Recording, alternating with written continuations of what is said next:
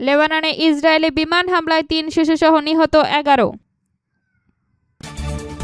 আত্মহত্যার ঝুঁকিতে ৫,০০০ মার্কিন সেনা।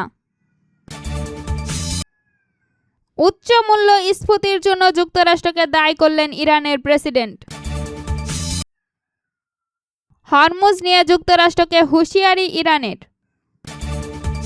আপনি যদি মুসলিমদের পাশে থাকতে চান তাহলে ভিডিওতে লাইক করে চ্যানেলটি অবশ্যই সাবস্ক্রাইব করে দিবেন।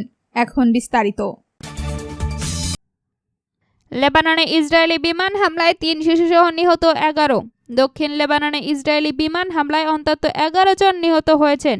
নিহতদের মধ্যে ৩ শিশু রয়েছে। শনিবার ১৫ আগস্ট এই হামলাকে গত জুনে ইসরায়েল ও হিজবুল্লাহর মধ্যে হওয়া চুক্তির পর সবচেয়ে প্রাণঘাতী হামলা হিসেবে উল্লেখ করেছেন। লেবাননের স্বাস্থ্য মন্ত্রণালয় লেবাননের সরকারি সংবাদ সংস্থা জানিয়েছে, দক্ষিণাঞ্চলে আনসার গ্রামে একটি বাড়িতে ইসরায়েলি বিমান হামলায় ৭ জন নিহত হন। একই দিনে দেইর জাহরানি গ্রামে আরেক হামলায় ৪ জন নিহত ও ১৭ জন আহত হন। সব মিলিয়ে হামলায় আহত হয়েছেন ১৯ জন। আগামী মাসের শুরুতে ইতালির রোমে যুক্তরাষ্ট্রের মধ্যস্থতায় ইসরায়েল ও লেবাননের মধ্যে ৮ম দফায় সরাসরি আলোচনা হওয়ার কথা রয়েছে। এর ঠিক আগেই এই হামলা চালানো হলো। লেবাননের প্রেসিডেন্ট জোসেফ আউন বলেছেন, শনিবার হামলা আলোচনার পাশাপাশি যুক্তরাষ্ট্রের মধ্যস্থতা করা চুক্তির বাস্তবায়নে প্রচেষ্টার বিরুদ্ধে স্পষ্ট বার্তা।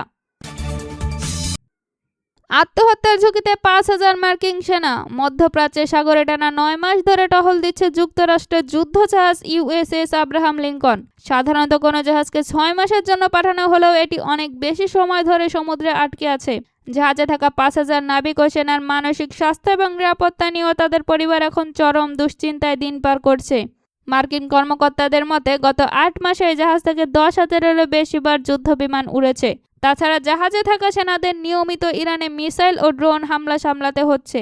একটানা এত দীর্ঘ সময় এমন ভয়ঙ্কর চাপের মধ্যে থাকা সেনাদের মানসিক অবস্থায় চরম অবনতি হচ্ছে বলে পরিবারের লোকজনের দাবি করছেন। জাহাজের এক নাবিকের বাবা জেফরাসন কেলি জানান, এই জাহাজগুলো অনেক পুরনো। এগুলো ঠিকঠাক রাখতে সেনাদের দিনরাত পরিশ্রম করতে হয়। এত লম্বা সময়ের জন্য তাদের সেখানে ফেলে রাখা একদমই ঠিক হয়নি। উচ্চ মূল্যস্ফীতির জন্য যুক্তরাষ্ট্রকে দায়ী করলেন ইরানের প্রেসিডেন্ট। ইরানের অর্থ সংকট ও উচ্চ মূল্যস্ফীতির জন্য যুক্তরাষ্ট্রের অবরোধ এবং তেল বিক্রয়ের আয় কমে যাওয়াকে দায়ী করছেন দেশটির প্রেসিডেন্ট মাসুদ পেজিশকিয়ান। শুক্রবার ১৪ আগস্ট প্রকাশিত এক বক্তব্যে তিনি কথা বলেন। খবর আল জাজিরা। তিনি বলেন, ইরানের বন্দরগুলোতে মার্কিন অবরোধের কারণে পণ্য আমদানি করতে বেশি সময় খরচ হচ্ছে, ফলে বাজারে পণ্যের দাম বেড়ে যাচ্ছে। পেজিশকিয়ান বলেন, জীবনযাত্রার ব্যয় ও পণ্যের দাম বেড়ে যাওয়ার বিষয়টি স্বাভাবিক। আগে আমরা জাহাজ করে পণ্য আনতাম, এখন পণ্যগুলোকে আমাদের কাছে পৌঁছাতে দীর্ঘ পথ পাড়ি দিতে হচ্ছে। এতে উৎপাদিত পণ্যের খরচ বেড়ে গেছে। তিনি আরও বলেন, ইরানের আয় কমে গেছে। আগে তেল বিক্রি করে আয় করা হতো, কিন্তু এখন সেই সুযোগ সীমিত হয়ে পড়েছে। হরমুজ নিয়ে যুক্তরাষ্ট্রকে হুঁশিয়ারি ইরানের। ইরানের বিচার বিভাগের প্রধান গোলাম হোসাইন মহসিন এজেই হুঁশিয়ারি দিয়ে বলেন, হরমুজ প্রণালীর নিয়ন্ত্রণ নিতে কোনো শক্তি সামরিকভাবে এগিয়ে এলেও তারা পরাজিত হবে।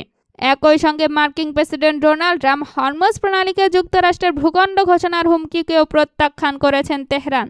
ইরানের বিচার বিভাগের সঙ্গে সংশ্লিষ্ট সংবাদ সংস্থা মিজানের এক প্রতিবেদনে বলা হয়েছে, মহসিনা এজে হরমুজ প্রণালীকে ইরানের মালিকাধীন ও নিয়ন্ত্রণ জলপথ হিসেবে উল্লেখ করেন।